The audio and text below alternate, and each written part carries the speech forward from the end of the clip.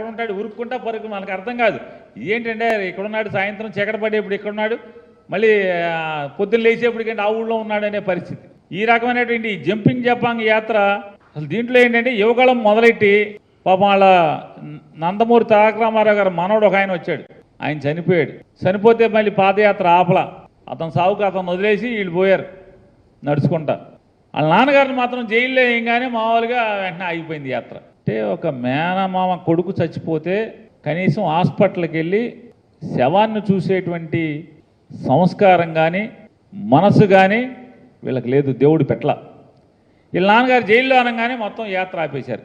అదే ఆ యాత్ర ఆగితే ఒక మనిషి చచ్చిపోతే నీ యాత్ర కోసం నిన్ను పరామర్శించడానికి సొంత నీ మేనమామ కొడుకు వస్తే చావు బతుకుల మధ్య ఉంటే కనీసం ఆసుపత్రికి కూడా వెళ్ళి చూడటానికి అవకాశం నీకు మనసు రాలేదు. మరి ఎందుకు ఆపారు? అరెస్ట్ చేస్తే తప్పేంటి?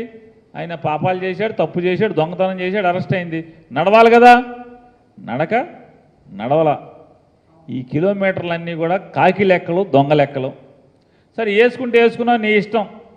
ఈ యువకులం అని అట్ట దాన్ని తీసుకెళ్ళిపోయి ఏం చేశారని కృష్ణా జిల్లాలో ఏం నడిచారు అంటే గన్నవరం ఒకటి నడిచారు, బెజవాడ గన్నవరం వెళ్ళిపోయింది మామూలుగా ఏలూరు అని.